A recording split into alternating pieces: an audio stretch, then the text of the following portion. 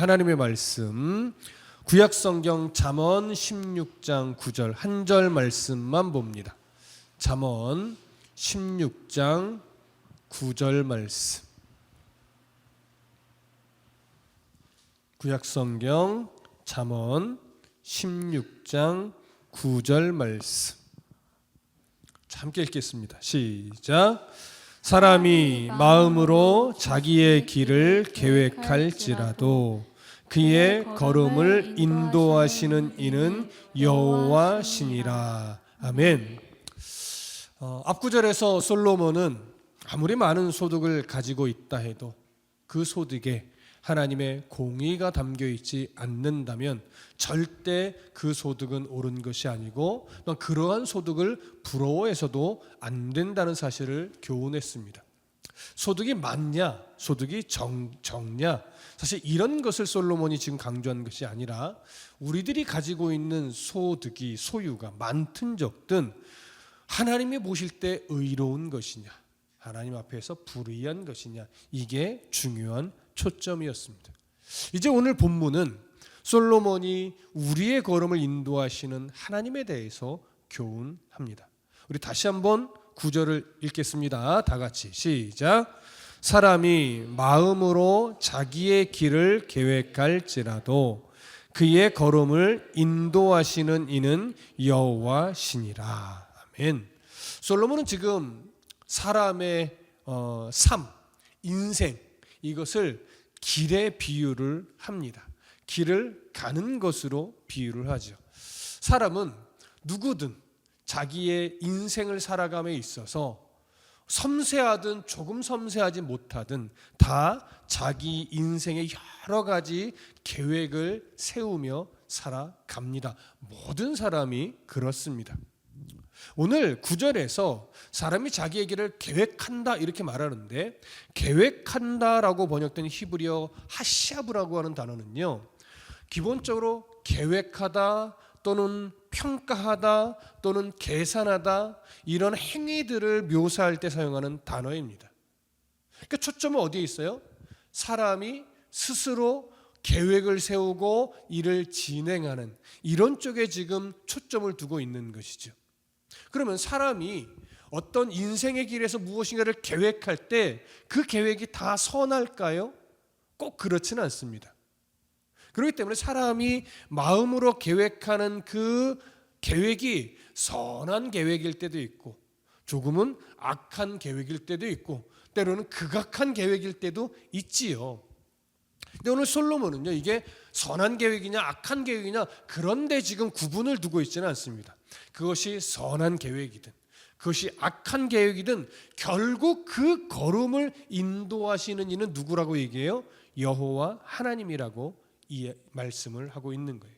자, 그렇다면 어떤 계획을 세우든지 간에 결국 결과를 주시는 이는 하나님이라는 이 표현은 어떤 강조점이 담겨 있냐면, 사람에게 있어서 자기에게 주어진 삶이라고 하는 것은 우리는 마치 그 인생의 삶이 내 것인 양 여기며 살아가지만 실제로는 그 삶의 길은 내 뜻대로 사람의 뜻대로 움직여지는 것이 아니라 하나님의 뜻 가운데 인도하시는 바에 따라 움직이게 되어 있음을 보여주는 겁니다. 물론 숙명론적으로 움직이신다는 얘기는 절대 아닙니다. 계획은 누가 세우는 거예요? 우리가 세우고 우리가 실천해 가는 거예요. 그것이 하나님의 뜻일 때는 응원해 주시는 것이고 하나님의 뜻 밖에 있을 때는 교정해 주시면서 방향성과 목적지만큼은 하나님이 원하시는 대로 갈 수 있도록 간섭하신다라고 하는 의미입니다. 우리의 인생을 하나님이 구석구석 정해놓지 않았습니다. 그럼 우리에게 의지를 줄 이유가 없고 판단과 선택이라는 것을 주실 이유가 없겠죠. 이처럼 오늘 본절은요, 사람이 계획하는 것과 하나님이 인도하시는 것을 대조하며 교훈하고 있는 겁니다. 우리는 이 사실을 인정하며 사실은 살아가야 됩니다. 그리스도인은 인생을 통해서 사람의 인생이 내 뜻대로 되는 것이 아니라 결국은 하나님의 인도하심을 따라 하나님의 뜻을 이루는 방향성으로 가게 되어 있구나. 이걸 인생을 통해서 사실은 배워요. 끊임없이 배워요. 또한 사람이 무엇인가, 특히 그리스도인들이 무엇인가를 계획할 땐 언제나 하나님의 뜻 안에서 계획을 세우기 위해 부단히도 노력해야 한다는 사실도 이 구절 안에는 담겨 있습니다.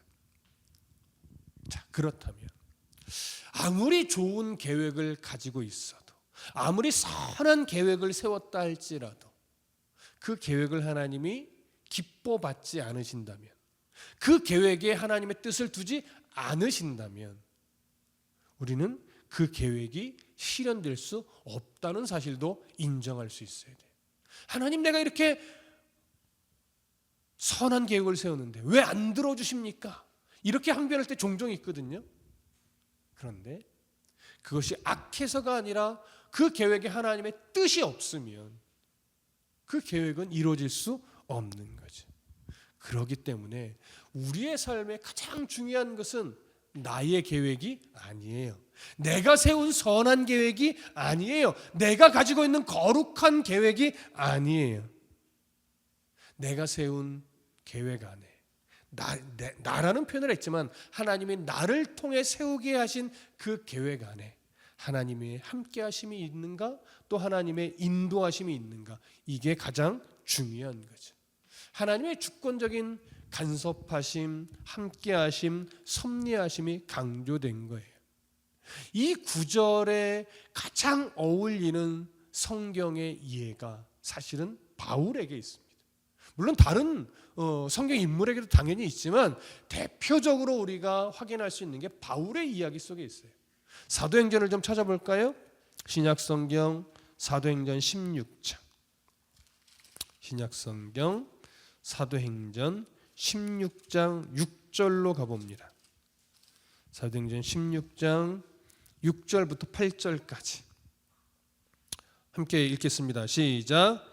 성령이 아시아에서 말씀을 전하지 못하게 하시거늘 그들이 부르기아와 갈라디아 땅으로 다녀가 무시아 앞에 이르러 비두니아로 가고자 애쓰되 예수의 영이 허락하지 아니하시는지라 무시아를 지나 드로아로 내려갔는데. 자, 이미 우리는 이 구절을 이미 설교를 통해 들은 바 있지요.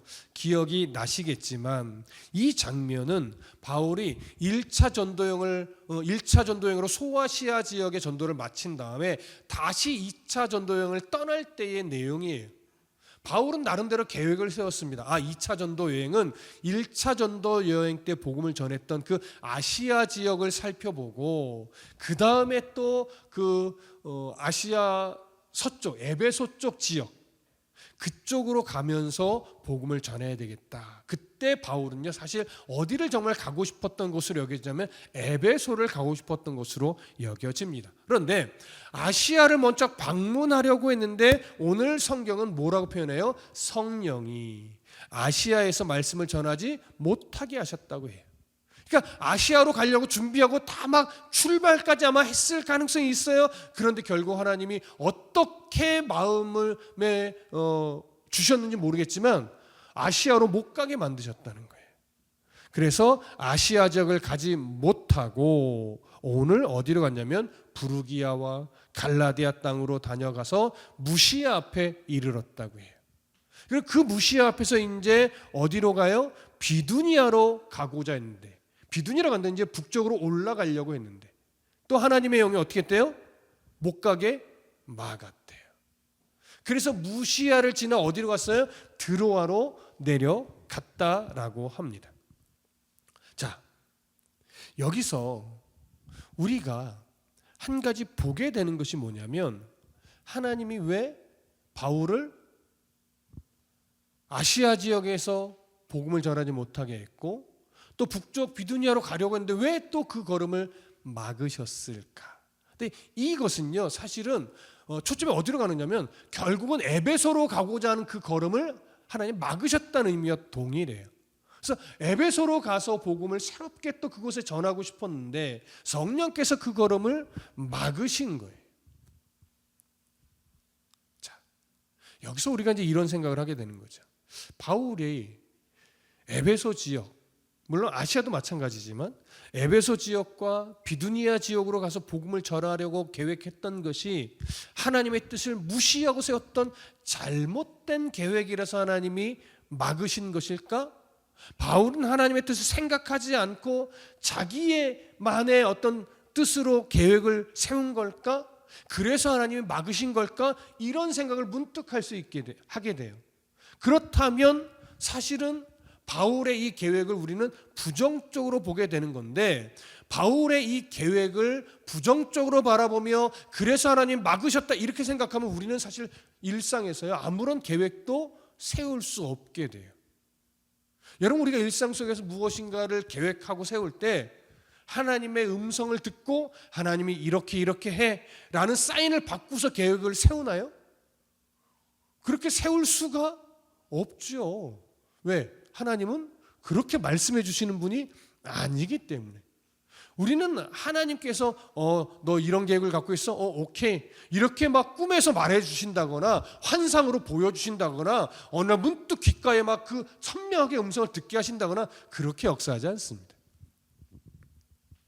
그렇다면 바울이 1차 전도 여행 때 이제 소아시아 지역을 주로 다녔단 말이에요. 처음에. 그때 그 여정은 성령께서 가르쳐 주신 여정일까요?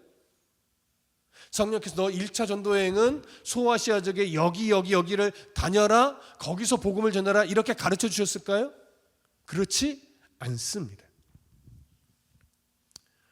바울은요 1차 전도 여행의 그 지역을 선택하고 도시를 결정함에 있어서 하나님께서 함께 해주실 것을 믿고 본인이 세운 계획이에요.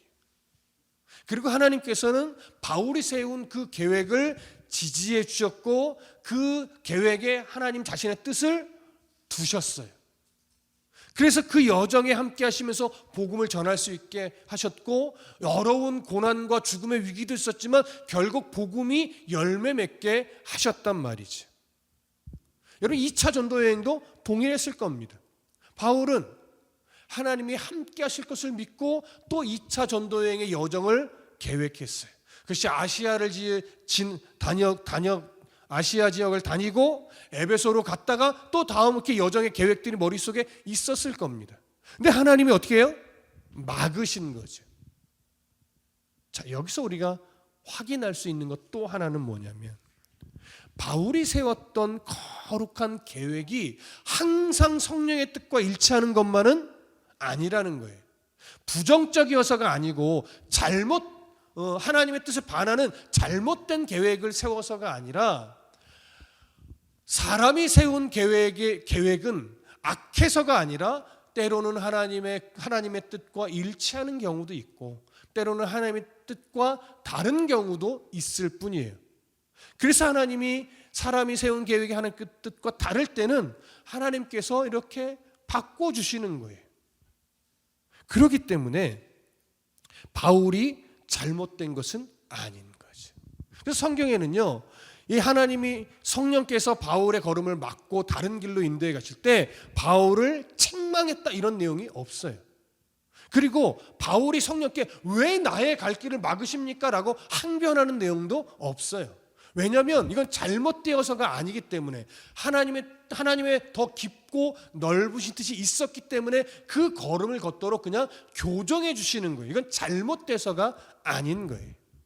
그런데 만일 바울이 이러한 성령의 간섭을 무시하고 이건 거룩한 명분이야 라고 고집을 부리며 복음이라고 타이틀을 가지고 에베소로 고집 부려 가서 복음을 전하려 했다면 이건 아무리 명분이 거룩해도 그건 불순종입니다.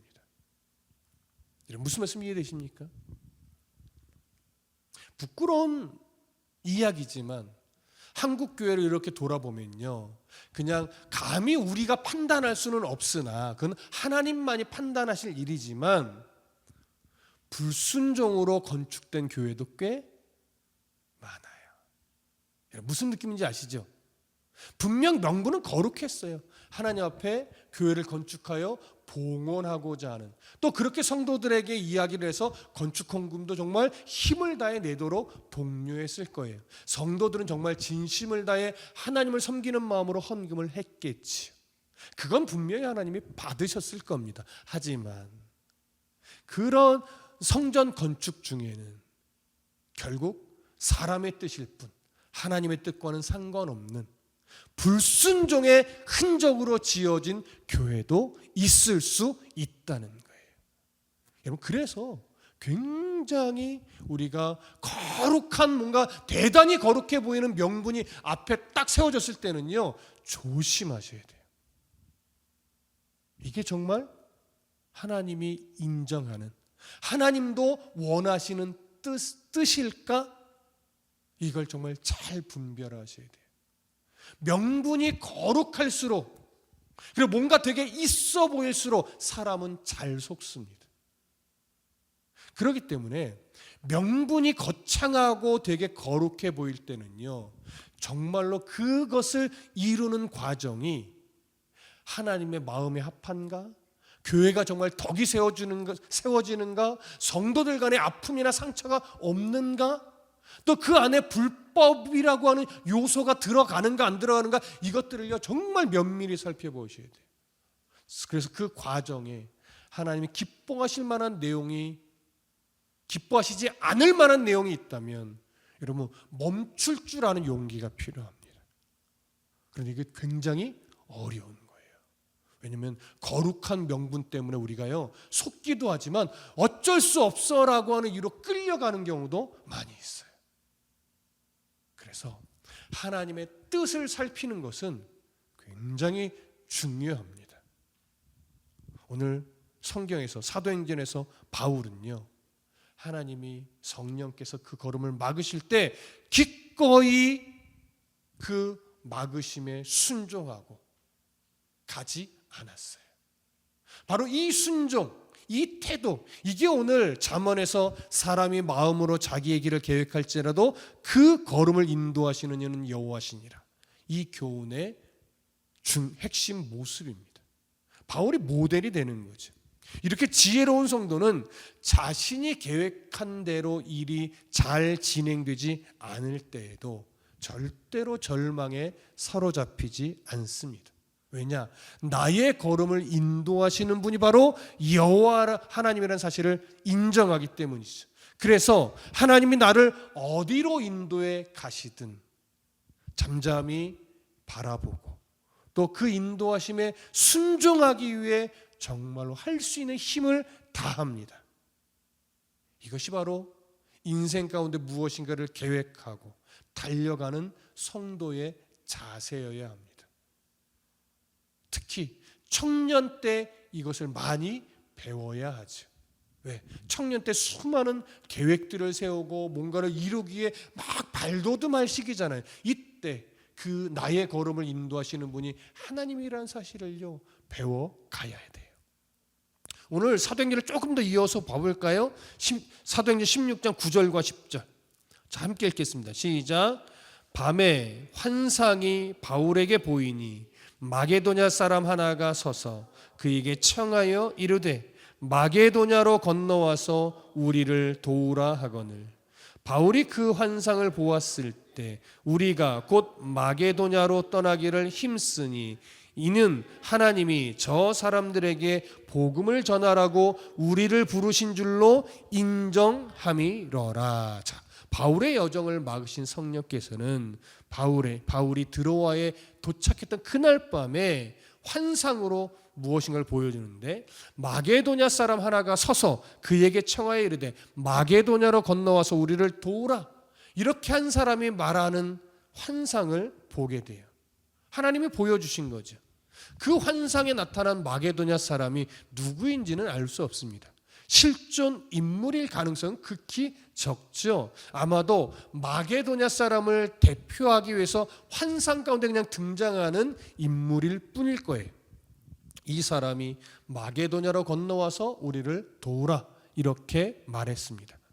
바울은 이렇게 환상 가운데 주어진 말씀을 듣고 하나님이 마게도냐, 그러니까 유럽 지역이죠. 배를 타고 유럽 지역으로 건너와서 그 사람들에게 복음을 전하라고 하는 명령을 주신 거구나 라고 하면서 그 사실을 인정했어요. 수용한 거죠.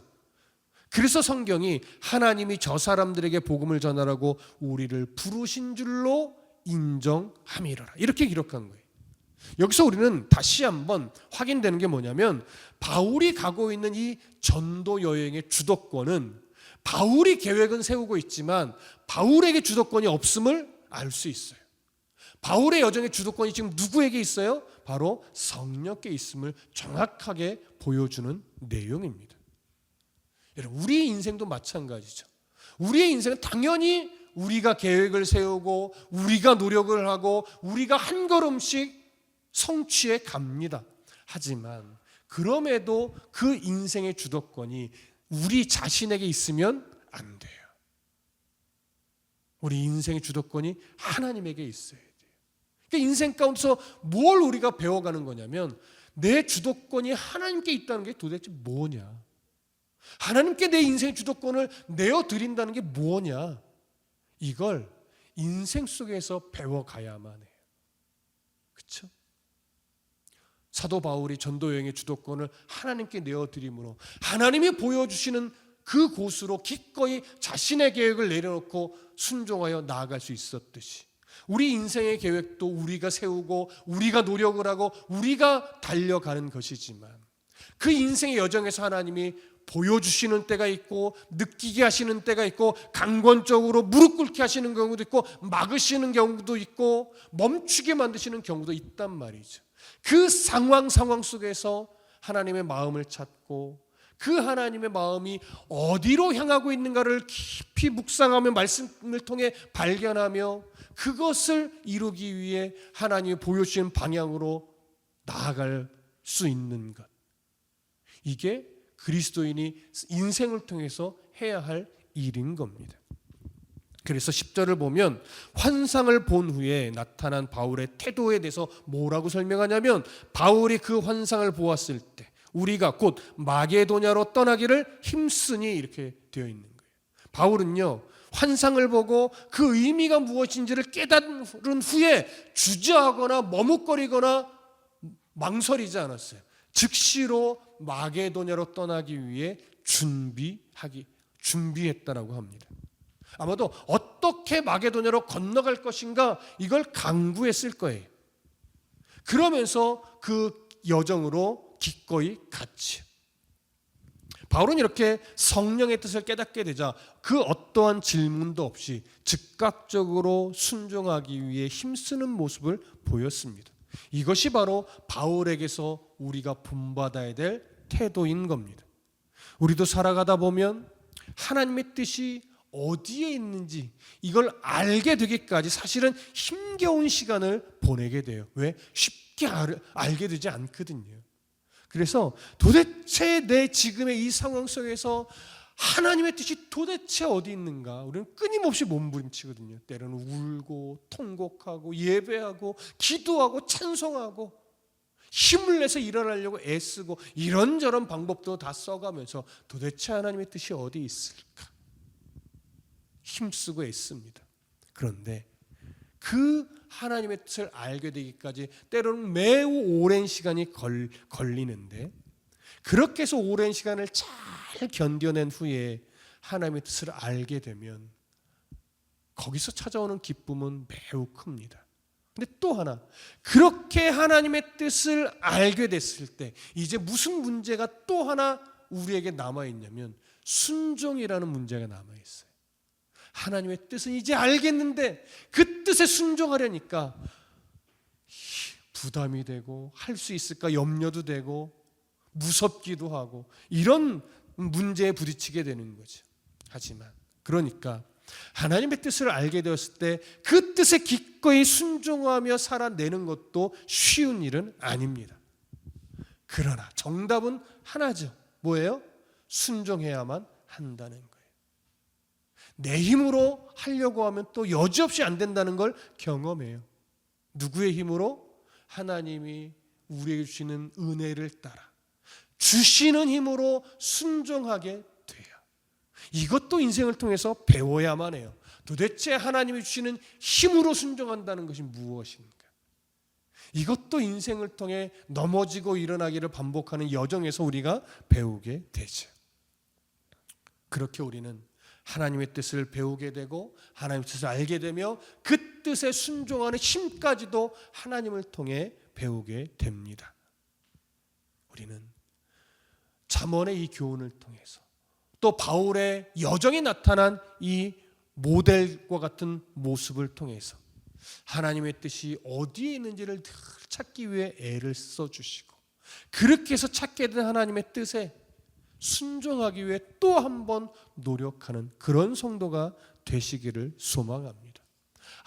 아무리 거룩한 명분이 내게 있다 하더라도 하나님께서 예비하신 길, 하나님께서 이끌어 주시는 길, 하나님이 열어주시는 길, 그 일을 위해 내 계획을 기꺼이 내려놓을 줄 아는 순종을 배워가면서 말씀이 지시해주는 그 방향을 놓치지 않고 바라보며 갈 수 있도록 늘 하나님 앞에 엎드려서 믿음으로 하루하루를 살아내시기를 간절히 소망하고 축복합니다.